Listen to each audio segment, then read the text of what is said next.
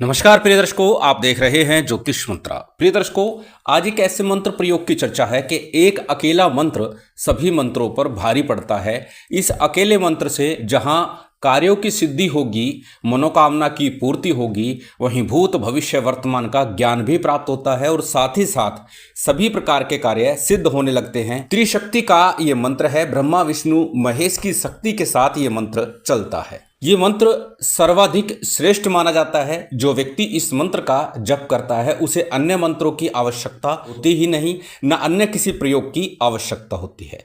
सिर्फ ये मंत्र जाप करने से ही सभी प्रकार के सुख वैभव संपत्ति के साथ आध्यात्मिक उन्नति मिलती है। भूत भविष्य वर्तमान की शक्ति प्राप्त होती है, उसे देख सकता है, जान सकता है और साथ ही साथ सभी प्रकार की बाधाओं का निवारण भी स्वतः होता है और दूसरों के लिए भी कर सकता है। इतना प्रभावी ये मंत्र प्रयोग है। जहां तक बात करें विधि विधान की, तो इसके लिए कहा जाता है कि जपात सिद्धि जपात सिद्धि जपात सिद्धि न संशय। इसी मंत्र के लिए मुख्य रूप से यही कहा जाता है कि इसको सिर्फ जपने मात्र से ही सिद्धि प्राप्त हो जाती है। जितना अधिक इसका जप किया जाता है उतना ही श्रेष्ठ नाम इस मंत्र का प्राप्त होता है। और यह मंत्र स्वयं सिद्ध है, बिना सिद्ध किए ही इसे प्रयोग किया जा सकता है, इसका जप आरंभ किया जा सकता है। गुरु कृपा से गुरु के द्वारा यह मंत्र मिल जाए तो अत्यंत श्रेष्ठ है, अन्यथा जैसे भी प्राप्त हो, जहां से भी प्राप्त हो, इस मंत्र को प्राप्त करके पूर्ण श्रद्धा भक्ति के साथ इस मंत्र का जप आरंभ कर देना चाहिए। जैसे कि मैंने कहा, इस मंत्र को सिद्ध करने की आवश्यकता नहीं, परंतु अक्सर एक बात बोलता हूं, कोई भी मंत्र सिद्ध करने की आवश्यकता हो अथवा ना हो, परंतु एक बार थोड़ा बहुत सिद्धि विधान उसका अवश्य ही करना चाहिए। बहुत सी जगह आपने सुना होगा केवल 5 बार ये मंत्र बोले और फिर चमत्कार देखे, हाथ को ऐसे करके 2 बार मंत्र बोले, 11 बार बोले और फिर चमत्कार देखे। प्रिय दर्शकों, ऐसा कुछ नहीं होता है। इसीलिए सिद्धि विधान में बताता हूं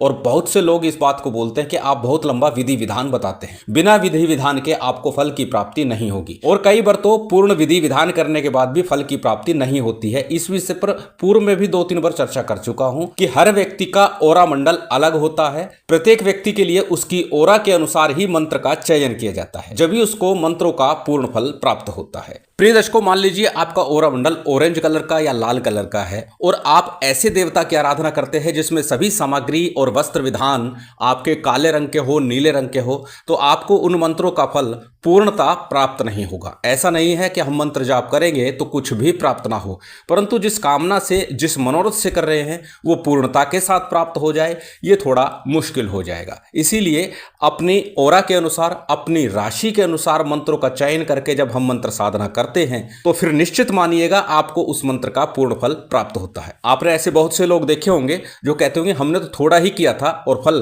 प्राप्त हो गया, और बहुत से लोग ऐसे भी होंगे जो ये कहते होंगे वर्षों से इस कार्य को कर रहे हैं, इस पूजा को कर रहे हैं, फल की प्राप्ति नहीं हो पा रही। यही कारण है कि हर व्यक्ति का ओरा मंडल अलग है, जिससे मंत्र का प्रभाव भी अलग अलग प्राप्त होने लगता है। परंतु जहां तक बात करें आज के इस मंत्र प्रयोग की, आपका ओरा मंडल चाहे कैसा भी हो, किसी भी प्रकार का हो, त्रिशक्ति का ये मंत्र है। इसमें सात्विक, तामसिक और राजस सभी शक्तियां शामिल है। तो आप निश्चित मानिएगा ये मंत्र सभी के लिए ग्राह्य है और सभी इस मंत्र का जप करके लाभ ले सकते हैं। बात कर रहे हैं सिद्धि विधान की। एक दिवस किसी सिद्ध योग मुहूर्त में, खासकर पूर्णिमा का दिन हो और सिद्ध योग बन रहा हो, तो यह मंत्र शीघ्रता से जागृत हो जाएगा। अन्यथा रविवार या गुरुवार का दिन हो, उस दिन सिद्ध योग बन रहा हो, तो भी इस मंत्र का सिद्धि विधान आप कर सकते हैं। किस प्रकार करना है, किस सामग्री के साथ करना है, किस समय करना है, यही सब चर्चा आज के इस वीडियो में है। हमेशा की तरह सबसे पहले बात कर लेते हैं साधना प्रयोग के लिए प्रयोग की जाने वाली सामग्री की, क्योंकि जब सिद्धि की आवश्यकता ही नहीं तो विशेष सामग्री की आवश्यकता भी विशेष नहीं है। सामान्य पूजन सामग्री जिसमें अक्षत, पुष्प, धूप, दीप, नैवेद्य, फल, फूल, मिष्ठान, जो आपकी श्रद्धा हो, जितना आप रख सके, जो आपकी व्यवस्था हो, वो व्यवस्था कर लीजिए और फिर इस साधना को आरंभ कीजिए। सामग्री की बात करते हैं किस दिन इस विधान को संपन्न करना है। जैसे कि मैंने कहा, पूर्णिमा के दिन सर्वोत्तम होगा, अन्यथा रविवार और गुरुवार के दिन भी सिद्धि विधान को किया जा सकता है। एक ही माला का जप पर्याप्त होगा। बार बार एक बात और भी बोलता हूं कि अधिकस्य है अधिकम फलम।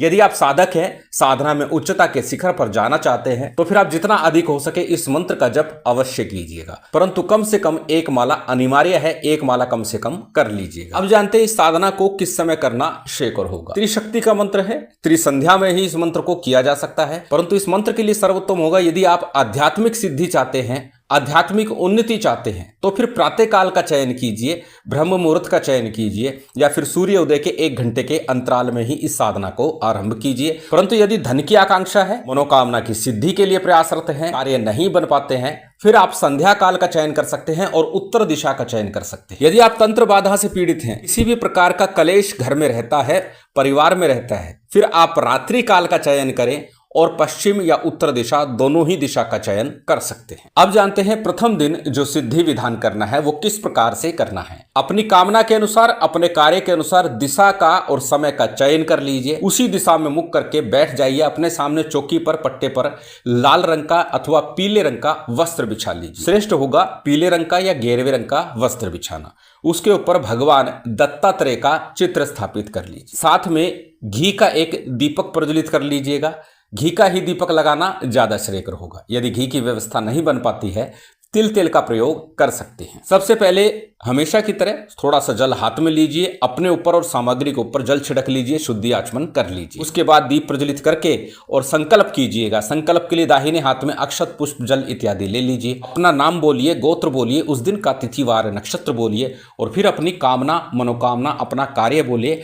किस कार्य के लिए, किस कामना के लिए इस प्रयोग को, इस मंत्र को आप ग्रहण कर रहे हैं, जाप कर रहे हैं। संकल्प के उपरांत संकल्प के लिए लिया गया अक्षत, पुष्प, जल इत्यादि किसी थाली प्लेट में अथवा दीपक के सम्मुख छोड़ दीजिए। उसके बाद हमेशा की तरह सबसे पहले पंचदेवों का ध्यान पूजन कर लीजिए। गणपति का, गुरु का, कुलदेव, पितृदेव, स्थान देव, इन पंचदेवों का ध्यान पूजन किया। साथ ही साथ भगवान दत्तात्रेय का ध्यान पूजन कीजिए। भगवान दत्तात्रेय में ब्रह्मा, विष्णु, महेश तीनों ही रूप समाये हुए हैं और तीनों ही रूपों में इनकी आराधना पूजा की जाती है। साथ में भैरव जी का पूजन मैं अनिवार्य रूप से बोलता हूं क्योंकि क्षेत्रपाल है, दिशाओं के रक्षक हैं और हर कार्य में भैरव जी का पूजन अनिवार्य रूप से कर लेना उचित होता है ताकि आपकी साधना, आपका मंत्र जाप पूर्ण रूप से सिद्ध हो जाए बिना किसी विघ्न बाधा के। प्रिय दर्शकों, आवश्यकता नहीं हम संस्कृत के बड़े मंत्रों का उच्चारण करें तभी पूजन संपन्न होगा। प्रेम से, भाव से जो भी सामग्री है, जो व्यवस्था है, उसके अनुसार सभी पूजन सामग्री समर्पित करते हुए भगवान को नमन कीजिए। इतना ही पर्याप्त होगा पूजन। पूजन के उपरांत में गणपति और गुरु मंत्र का भी यथासंभव यथाशक्ति जप कीजिएगा। 11-11 बार कीजिए, 21-21 बार कीजिए अथवा एक माला का जप कर लीजिए। बात करें गणपति मंत्र की, जो भी गणपति मंत्र आप सहजता, सरलता से बोल सके उस एक गणपति मंत्र का चयन कर लीजिए। ओम गंग गणपति नमः, ओम गणेशाय नमः, ओम वक्रतुंडाय नमः। कोई भी एक गणपति मंत्र जैसे मैंने कहा सहजता, सरलता से बोल सके उस एक गणपति मंत्र का 11-21 बार अथवा 108 बार यानी एक माला का जप करना है। बात करें गुरु मंत्र की, यदि गुरु दीक्षा ली है तो श्रेष्ठ है, अन्यथा भगवान शिव के पंचाक्षरी मंत्र का ओम नमः शिवाय का एक माला का जप कर लीजिएगा अथवा गुरु गोरखनाथ जी के ओम गुरु गोरक्षनाथाय मंत्र का भी एक माला का जप गुरु मंत्र के रूप में कर सकते हैं। इसके बाद में आज का जो मूल मंत्र है इसका जप करना है। अत्यंत प्रभावी भगवान दत्तात्रेय का यह मंत्र है और यह मंत्र शिरोमणि कहा जाता है। यह मंत्र अत्यंत शक्तिशाली कहा जाता है। कहा जाता है जो इस मंत्र का जप करता है उसको अन्य मंत्रों की आवश्यकता होगी ही नहीं। अपने आप में पूर्णतः सिद्ध चमत्कारिक मंत्र है। मंत्र आपकी स्क्रीन पर स्क्रीनशॉट ले सकते हैं, किसी कॉपी नोटबुक में नोट कर सकते हैं। मंत्र को एक बार बोल करके बता देता हूं। मंत्र इस प्रकार है। ओम नमो परब्रह्म परमात्मने नमः, उत्पत्ति स्थिति प्रलय कराय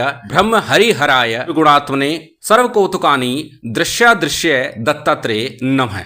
अत्यंत सरल मंत्र है। पहले इस मंत्र को अच्छे से कंठस्थ कीजिएगा, याद कर लीजिएगा और उसके बाद ही साधना में रत होइएगा। आरंभ में कहा एक माला पर्याप्त है, तो जितना अधिक हो सके सिद्धि योग में उतना अधिक करने का प्रयास करना चाहिए। जब आपका मंत्र जाप पूर्ण हो जाए भगवान दत्तात्रेय की आरती कीजिएगा। जो भी नैवेद्य आपने रखा हुआ है उसका भोग लगा दीजिएगा। प्रिय दर्शकों, पुनः बता दूं सभी कुछ लिखित रूप में देने का प्रयास करता हूं, इसलिए प्रश्न करने से पूर्व लिखित रूप को भी देख लीजिए क्योंकि आपके प्रश्नों के उत्तर लिखित रूप में कहीं ना कहीं अवश्य ही मिल जाएंगे। तो आप अपना प्रयोग, अपनी साधना समय पर कर सकेंगे क्योंकि कई बार प्रश्नों का उत्तर देने में देरी हो जाती है और साधना प्रयोग के लिए दिया गया समय निकल जाता है। इसलिए लिखित रूप को अवश्य देखिए। मंत्र जाप आरती भोग के बाद में आसन को प्रणाम करके उठ जाइए। अब नित्य प्रति कम से कम 11 बार अन्यथा जितना अधिक हो सके इस मंत्र का जप आरंभ कर दीजिए। एक माला कर सके तो अति उत्तम होगा। 7 से मैक्सिमम 15 दिनों में ही आपको चमत्कार क्या होता है दृष्टिगोचर होने लगेगा। इस मंत्र का प्रभाव आपको मिलने लगेगा, चाहे आपका ओरा मंडल